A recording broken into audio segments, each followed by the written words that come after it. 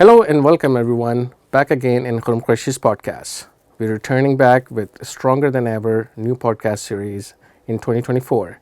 Today I have a privilege to bring the CEO of a great children well-being and health facility organization called the Grandview Kids, and the CEO Tom McHugh is here with us from the Grandview Kids. Tom, welcome to my podcast. Thank you.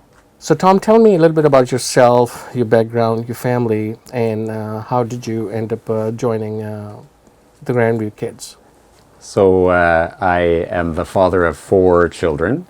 We live in Peterborough. My wife is a pharmacist. We've been married 39 years in August.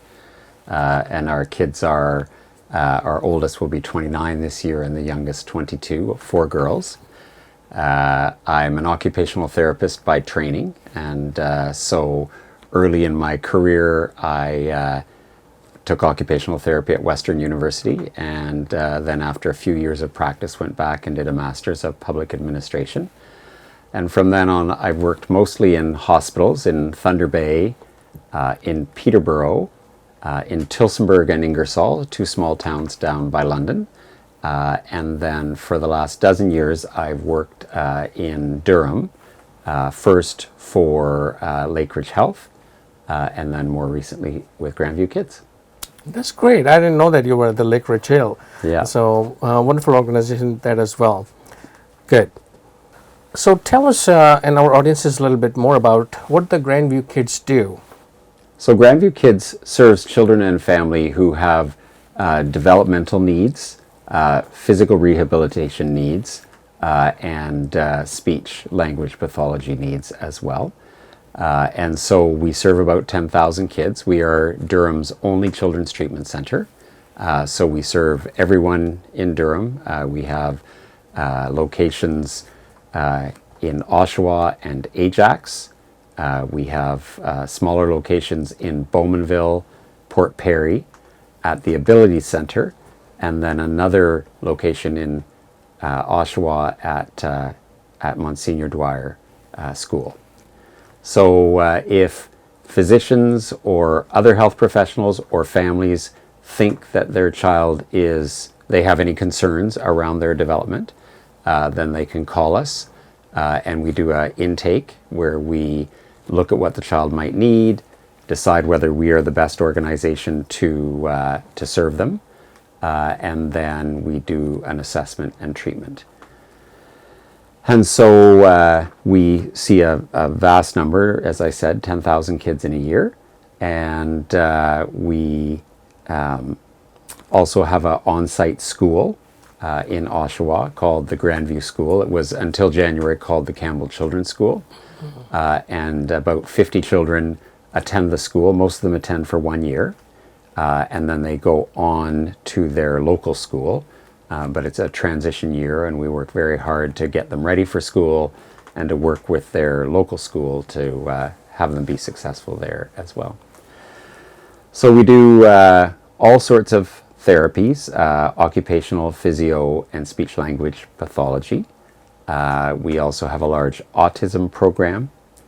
We do audiology if concerns are with hearing. We have recreation therapists. We have social workers. And then in the autism program, highly specialized people who work with behaviors in autism as well.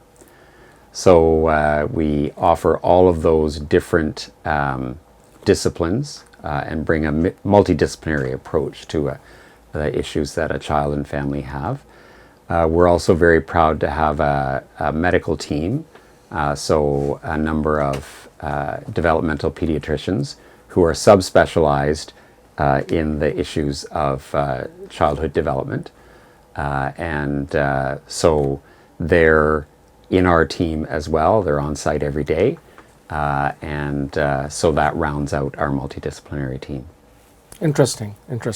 I didn't know you serve 10,000 kids per year. Yeah. Is this the count of children only based on Durham Region residents or all over GTA? That is just Durham.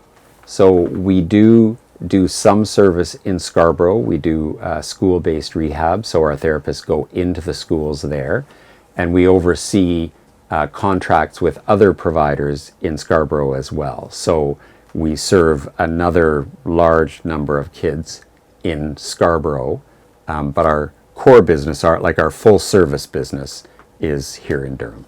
We only do school-based rehab in Scarborough. Impressive, impressive.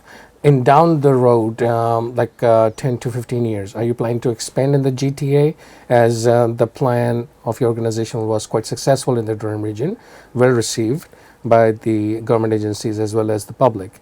So you're looking to expand in the GTA as well? So in our business, we tend to respect the boundaries of our current service area.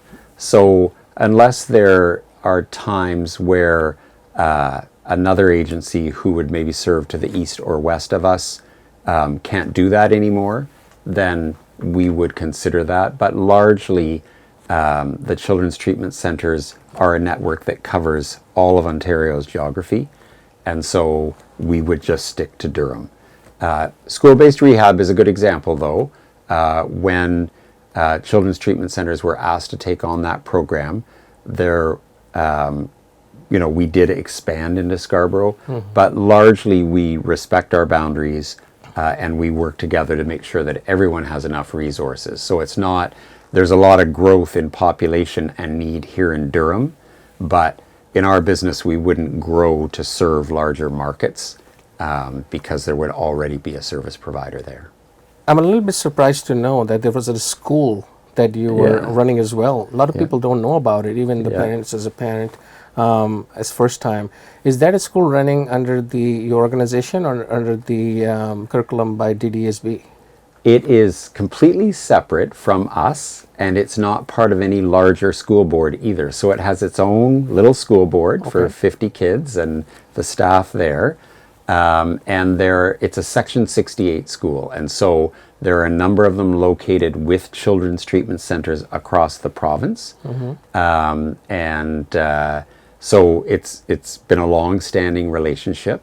So we do work hand in glove, but we are separate corporations. Okay. And so for a child to be eligible to go to the Grandview school, they first need to be a Grandview client. And then we work with the school around kids who can most benefit from that transitional year. So it's a very, very unique small school funded by the Ministry of Education. Okay. And with their own board and their own staff. Interesting. I think many families whose kids goes to get the treatment for their children in the Grandview Kids would like to hear more about that school.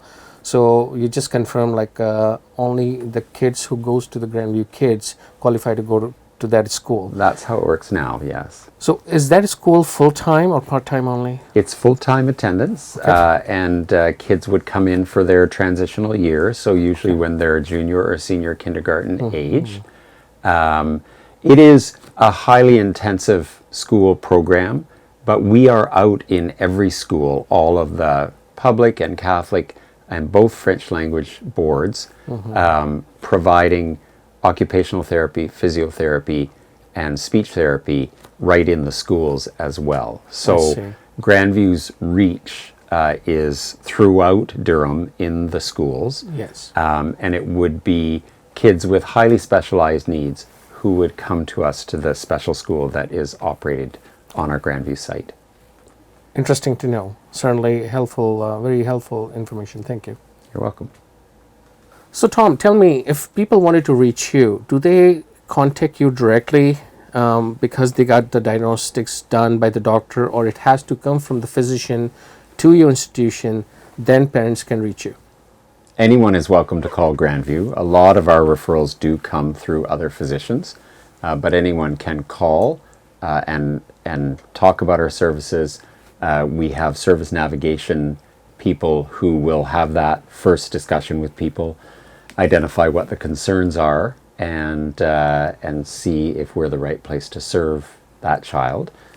If not, then we have a number of partners in the community, and we can make a warm handoff, we call it, to another agency that could better serve the child.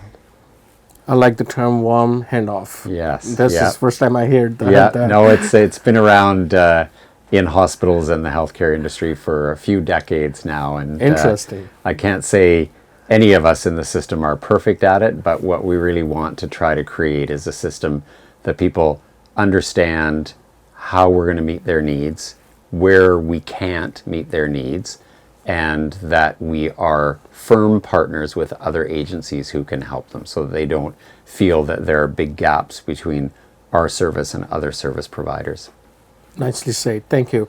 Speaking of the challenges of the organization, COVID-19 was a stressful time for most organizations and the government organizations too, especially the medically served organization like yourself. How did you cope up with the challenges of COVID-19 and how did you manage to recover? So I have only been in my job about a year, and so, but I do know the stories of Grandview. We learned a ton. First of all, we learned that we can provide some of our service virtually, not all of it, and during COVID we just had to cope with what we could do. But it has really changed the way that our organization works, because there are certainly ways that we can check in with parents, offer certain types of therapy where it is virtual. Like other health organizations, we went through a variety of stages where we were not open to the public, and then we were open to the public with screening and masks and all that sort of stuff. We are now back to normal. The new normal. We don't require masks. Our therapists our staff will wear masks if they feel there is a high risk. And parents and children can wear masks as well at their choice. But largely what I see in our locations now is that people are not wearing masks unless there's a very specific risk. Good. As you mentioned, you just took over the job a year and a half ago. So what were the challenges in first 90 days of your job, and how did you overcome those challenges? So there weren't a lot of challenges in the first 90 days. The former CEO, Lorraine Sundstrom-Mann, was with me through the first 6 weeks. So she didn't retire until I had been in the job about 6 weeks. And so I was able to learn from her. She'd been with the organization 10 years and was very skilled. Like me, she had worked in hospitals before. And so, it was good to get out to all the different sites, meet different community leaders, and Lorraine was very, very helpful with that. When I came, we were facing in that fiscal year a budget deficit, but later on, a few months into my tenure, the government announced a substantial base increase, and so we were not only able to sort of balance our budget, but it gave us money to make sure that our wages were harmonized with hospital and school board wages, and allow us to get back to levels of service that we had been sort of slowly cutting back given the expected budget. So did you end up resolving this issue, or there are some challenges that are still in the pipeline? So there remain issues in all of health and social services, particularly in children's services, around the growth of need and population outstripping the funding. Mm-hmm. However, we did make a major step forward, and as we move forward into our new building, we will be negotiating with the ministry around how we can expand our services. So across all the children's treatment centers in the network across Ontario, there's more demand, there are waiting lists than is funded. And that is the nature of our healthcare system, is that there are waiting lists. And we have, through advocacy, we've joined with children's mental health providers, with the children's hospitals. We were able to negotiate with the government a substantial increase across the board to all of our services. So it's not perfect, but it was a great increase and does allow us to serve more children and families. That's wonderful to know. Related to this challenge, I just have one suggestion, and maybe like you can put the spotlight on it. Is there a way that Grandview Kids can allow volunteers to reduce the workload on the staffing so they can be able to take care of the entry level job, just like in greeting, phone attendant, a scheduler, or someone who doesn't need to be qualified for occupational therapist or language therapist or like certified person to be servicing the organization. So do you think that those volunteers, if they apply to it, can be able to reduce the workload of the workforce, hence ease up the financial burden for the organization? So already we have a large number of volunteers, around 150, and they are taking the load off our staff, doing things like reception at the front desk, assisting with groups, showing children and families into clinics, operating our little library that we have at the Oshawa site. Our staff is highly specialized. And so, you couldn't replace our staff with volunteers, but volunteers bring their own skill set and are really, really critical to the operation of Grandview Kids.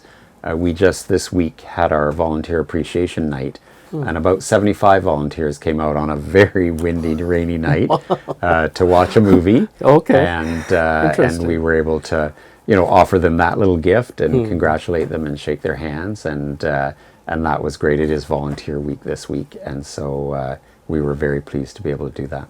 That would be great, and I would love to do the volunteer work too. So I'm just requesting you if you can discuss with the board and bring this request as a parent whose children goes to the Grandview Kids to send the invitation letter to those parents whose kids you served 3 years or 5 years ago, and ask them, we were happy to take on your children and serve them, and if you have time and if you can do some volunteer work, please register and we can do some assessment test, your language skill test, typing test, and we see where you can be able to fit. So you will have a pool of the volunteers ready. Right. And then when the demand comes ready to go, then you can be able to pull those people in.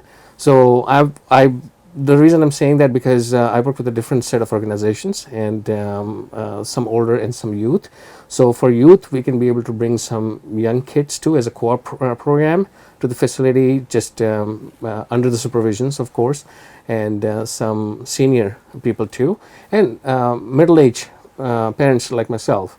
We would love to listen what opportunities available, and happy to do it. Good. That is a great suggestion. We do have a number of volunteers. First of all, our board of directors who oversee the operation of our organization. They are all unpaid volunteers, and they have a number of committees in which community members are involved as well. We also have two important advisory groups. One is our Family Advisory Committee, and they are really instrumental in giving us feedback on our services and help us look forward and sort of plan the way ahead. We also have a Youth Advisory Committee, and so those are kids often in their teens and some graduates as well, and they play an important role in advising us on our services as well. So there really is a broad range of opportunity for volunteers with us, and regardless of your skill or your comfort with people, Yes. there's probably something that we can find for you to assist. And because Grandview operates in a number of locations across Durham, it can be close to home as well. Tom, this is great to know so many good aspects of Grandview Kids organization, which I didn't know it as before, living and having a business in the Durham region. So thank you. Speaking of the workforce, we talked about the staffing onto the front end, occupational therapists, speech pathologists, and all that. How about the administrative staff, communication staff, and other staff who work closely to you, but everyday parents don't end up seeing them? Right. So there are a lot of both public-facing and behind-the-scenes people who make Grandview what it is, in addition to our professional staff. So we have about 300 staff members. We have schedulers and service navigators who are probably the first call, the first friendly voice that you'll hear from Grandview Kids. We have just a stellar facility staff keeping all of our sites clean and shining and, ready for kids to come. And, kids, they're down on the floor, they're everywhere. Right. And so that's very, very important to us as well. We have finance and human resources. We have a communications team, and we'll talk a little later about our strategic plan and the role that they played in the look and feel of that. I will, of course, be forgetting somebody who's watching and looking for them as well. But, we have a number of team assistants who some of them do the scheduling, but some of them do things like keep our health records going and, support me and the rest of our leadership team. And we have what we call clinical information systems, which is the health record. So we have an electronic health record. And they're maintaining and improving that. And we have information technology professionals as well. We have a growing team, and they make sure that everybody's laptop is working and the network is working. And we have seen on the technology side really, really substantial and positive change in the last year. Going into our new building, we wanted to be state-of-the-art. Yes. And so we've implemented new software, as I said, a new clinical information system, where before we get to the new building, we'll be entirely on sort of a computer-based phone system.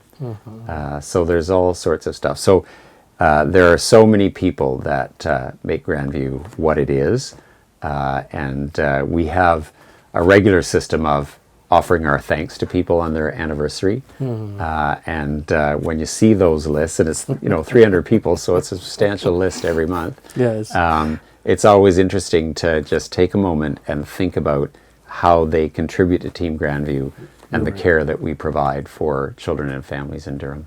It's great information to know, Tom, from as a CEO. A lot of people don't realize that. What you just spoke in past few minutes, that's simply highlight how many people work behind the scenes.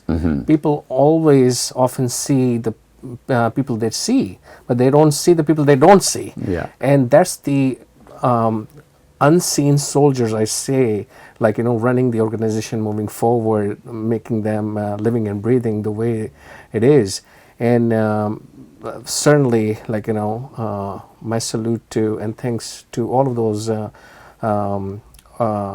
facility managers, to communication managers, and everyone, all the staffing who works behind the scenes to make organization moving forward along with your vision. So thanks to you and thanks to them. Tom, it is wonderful to see your organization is growing and moving forward.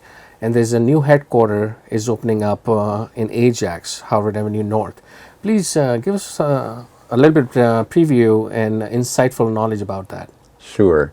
So our current site in Oshawa was built in the 80s, and we have long outgrown it.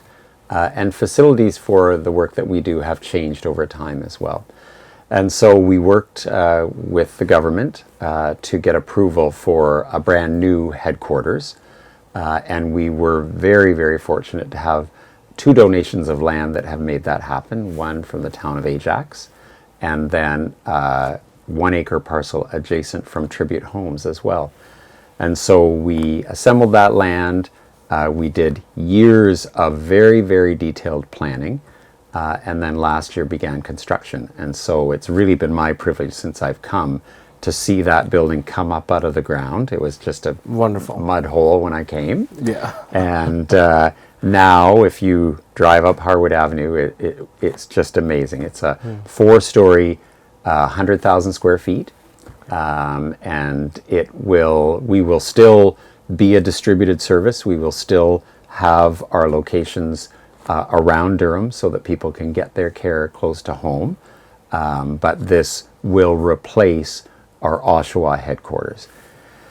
And so there will be some some services specialize that are only available in the new headquarters, but we would continue to be out in the schools, out in our satellite facilities, making sure that people are getting their care close to home. So what you'll see now as you drive by is a 4-story building, just covered in insulation and vapor barrier and that sort of stuff. But in the coming weeks, we'll see the exterior go on, the exterior cladding, which is this beautiful mix of swirls of color that I always say it will just knock your eye out. Very playful, very child-friendly. I can't think of a more eye-catching building around. Of course, we're very proud of it. There'll be lots of parking and several playgrounds as well outside for kids to experience. And there will be a trail, a sensory trail we call it, in the back. So there's a wooded area at the back of the building, and that will be a fully accessible sensory trail for kids to walk or wheel into the woods and experience nature right on our site. So we're super excited about it. Inside, of course, everything will be new through the generosity of the community, and there have been substantial donations, a $20 million campaign. Wow. And we'll have all new furniture, all new equipment, treatment equipment. Inside, you'll enter, and there will be a big vestibule where there's going to be a cafe and a reception area. That is through generous donations as well. And then you'll take a long haul back to a therapy pool, and that will be pretty amazing. Upstairs on the second floor, we have 2 gymnasiums. One is a real gymnasium like a school. The other we call a therapy gym. But the other one is a double height, 18-foot ceilings, basketball nets, bleachers, rock climbing wall, Really? The floor laid out for all sorts of games, the lines for the different games, and all sorts of new equipment to make sure that kids have what they need for their play. And on that floor as well are a number of treatment areas. The third floor is all treatment area and has our medical services space as well. So that's where our 6 physicians will hold their clinics, do assessments, speak with families. And then on the 4th floor is mostly a staff area. So there's a very large area where people will have, desks like this. Yes. In workstations. And then there will be some offices as well, and some conference rooms and breakout rooms where people can get together. And then a large staff area where people can have their lunch. They can go outside on a balcony. You can see forever. It's on the 4th floor, and you can see all around the building. And so, we're really, really excited about what this building will do for, being able to offer more programming, more integrated programming, because, our aim is for kids to live as full a life as possible, and to do that with their peers. And so over time, we want to see our new site become a community hub where people are coming for a basketball game or a volleyball game, some of it adapted, some of it, especially targeted at children with disability, but lots of it integrated as well. Wonderful to know. It sounds like it is going to be a next facility after Ability Center in Whitby. Ability Center is a close partner of ours. They are very specialized in recreation, so how children can thrive in their leisure time. And they do have a role as well in how kids transition to work.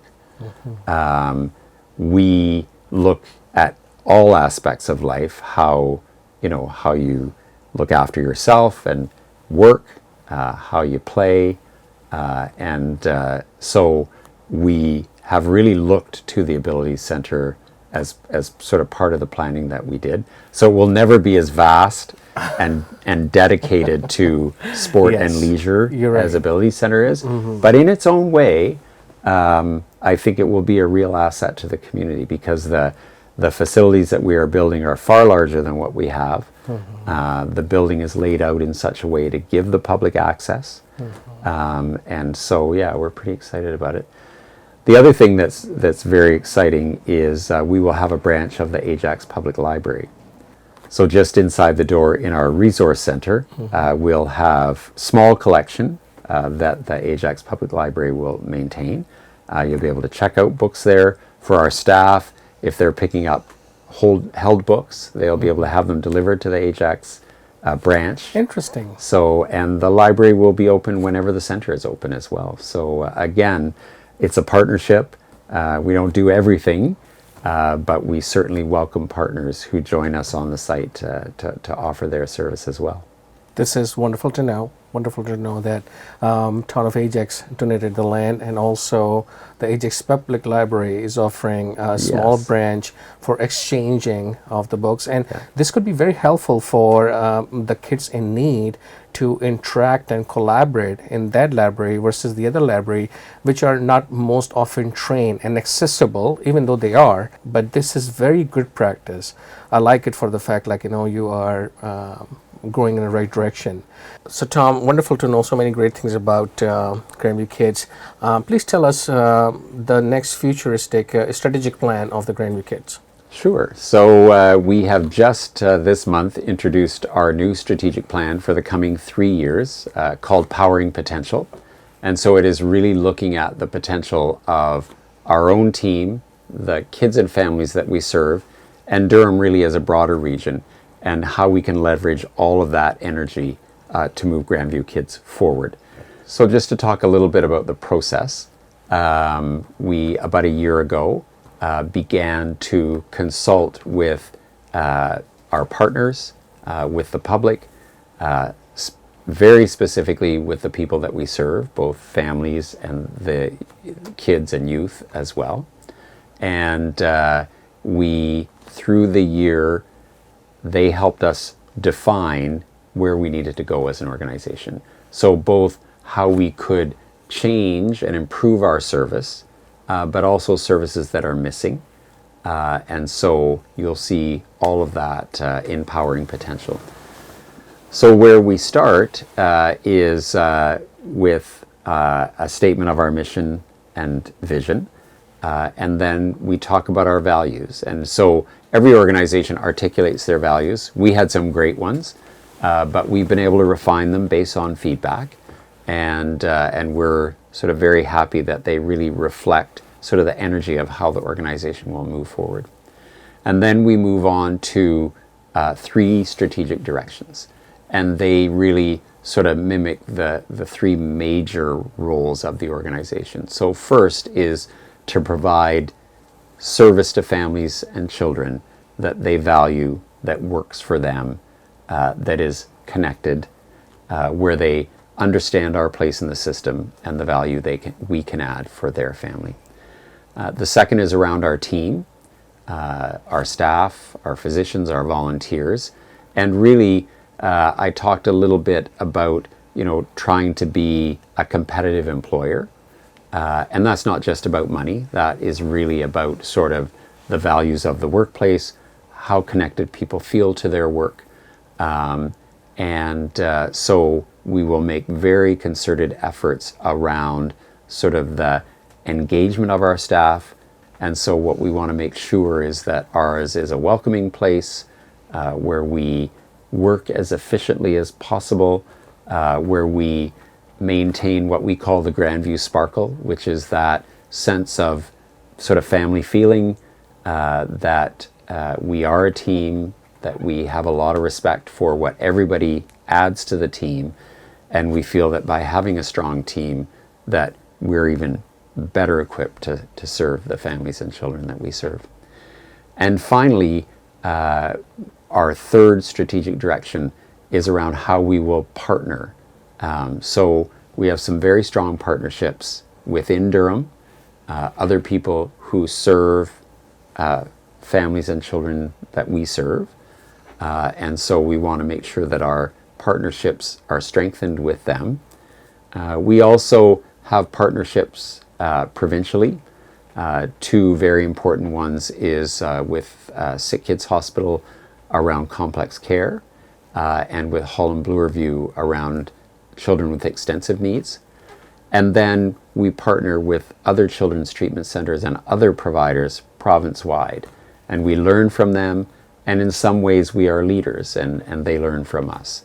And so three real directions for us. One, and really the core one, is to offer the service that people need in an efficient and professional way, making sure that they get their needs met through our organization. I talked a lot about our team. And then finally, we know that we can't be everything to everybody. And the answer to that is to have strong partnerships with other providers, to be constantly learning from other organizations, whether it's here in Durham or across the province. We are seldom the only service provider in a child's life. They're always going to school, and so we need to collaborate with the teachers and with the schools. They may go back and forth between our local hospital, Lakeridge Health, or they may go to Sick Kids or Holland Bloorview as well. And so we are building those partnerships among the organizations at all levels of our organization, and trying to be better partners even as we serve those families, to know what's out there for families, to be able to make those warm handoffs. So Tom, please tell us what drew you to the organization of the Grandview Kids. As you know, it has the challenges unlike the other organizations. So please tell us about it. Yeah, so I had actually been retired for 6 months, and this opportunity came along.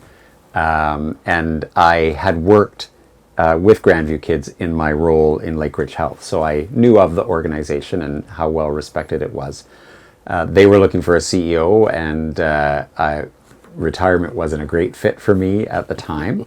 And so I interviewed. I think what really drew me, first of all, I'm an occupational therapist, and so we have a big focus on rehabilitation in our work. And so it is really like sort of coming home for me as an occupational therapist. I love children. I have 4 children of my own, or we have 4 children of our own. And the 2 youngest have developmental disabilities. So they have fetal alcohol spectrum disorder, and they have some of the features of that. It's a spectrum disorder, and they are somewhere midway, but they don't live independently. They're in their 20s, and they still live with us. And so, you know, I have really a special place in my heart for kids, and for kids with disability. I met with the board, and I found them, they are all volunteers, and I just found them so committed to the vision and moving forward this organization. I think the other thing too is I have a fair bit of experience in capital planning through my work in hospitals, and they were very much at that inflection point where my predecessor had done all the visioning and the design work, which has resulted in just this fabulous building. And right when I started, they were just getting into the ground building that building, which is something that I have a bit more experience with. And so it was a real match for sort of my clinical background, my own life interests, and my own skill set from years in hospitals. And so they offered me the job, and I took it, and I'm very happy I did. That's great. That's a very wonderful story, and I look forward for the more years of thriving, of working to grow the Grandview Kids. I just wanted to bring up an interesting point. As you know, the Japanese culture in Japan is very meticulous about the detailing and reaching out the perfection into this. And you also happen to know they happen to live the longest lifespan in the G7 countries, if you can speak. So what is the secret? So the secret is they don't have a retirement mindset. So they work until they work. And even when they're retired, they just occupy themselves in so many hobbies that it's not even funny. Like if they got nothing to do, they have bonsai, that tree that they carved and mold and create. So they keep themselves involved. And a good example a friend of mine given me don't get retired. Just retire the old tire and bring it back into the market. Yeah. And I say, what does that mean? He say, like, just go on the YouTube and just say retiring grooves, all the old flat tires, and what get rejected in the first world get used for another 3 to 5,000 kilometers in the third world by regrooving the old flat tires, the tire grooves, and bring them in the marketplace for a couple of more thousand kilometers. Yeah. It's just like getting old is a more of a mindset than the physical age aspect of it. And I think retirement is also the part of it too. If you keep yourself healthy mentally and willing to work and willing to make the difference, then nobody needs to retire unless they want to take the time off. Right. So I myself may never retire. I will take time off, but I would love to come to work because I love what I do. Yeah. And that's what makes me motivated. Yeah, and I am really enjoying Grandview Kids, that's for sure. Glad to know. Tom, please tell us what is the most exciting thing that you're looking forward for the year ahead? So I think it would be obvious that to move into our brand new headquarters is a huge turning point for the organization. And so I'm really excited about, and we're already working so hard. So there's a team at the site that is making sure that things are being built and furnished and equipped in exactly the way that we had planned. At the same time, we're preparing people for the move. We'll make sure that they know everything they know to go into the new building. At the same time, because we are closing our headquarters in Oshawa, we need to move our team and the families they serve to some of our sites closer to home.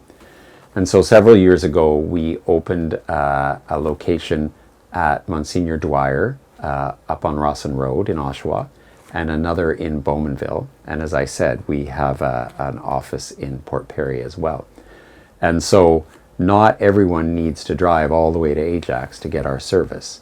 And so we were very intentional in making sure that there were locations of Grandview so that people wouldn't be disadvantaged by our move to our new headquarters. So while we are very excited about the new headquarters, we will always be an organization that reaches out into the community. As I said before, we're in every school. We have a location close to home for most people in Durham, and that's very important to us. And even though some of our staff and our volunteers and the clients that we serve won't routinely go to the new building, we hope that they share a sense of excitement, but at the same time share a sense of how much we value the work that goes on everywhere, whether it be in our locations, in a school, in people's homes, in the Ability Center. So it's really a balance for that.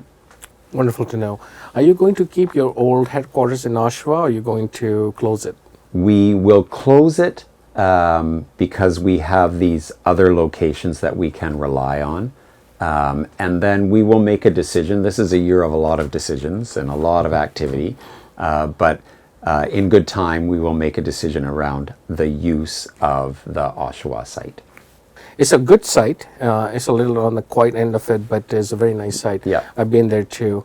Ajax site is very welcoming and open. Yeah. But I'm extremely happy to look forward for the Ajax North site. Yeah. And it's going to be the wonderful, and as the town of Ajax has the history of approving the newest and good-looking buildings, sustainable and economical friendly, environmental friendly. So I look forward for more achievement in the development of this building, and look forward to actually coming up in the opening day. And see what I can be very able to see. exciting. Yes, thank you. Tom, thank you so much for coming in my podcast. Do you want to say, as a closure message to our audiences, what value they can be able to bring to the new headquarters or just a Grandview Kids in general? So thanks very much. It's been so nice to be able to talk about Grandview and talk about the role that we play in serving children and families. We're always open to volunteers. We have a very active foundation, and people are often generous with our foundation, and that helps us to provide even more service.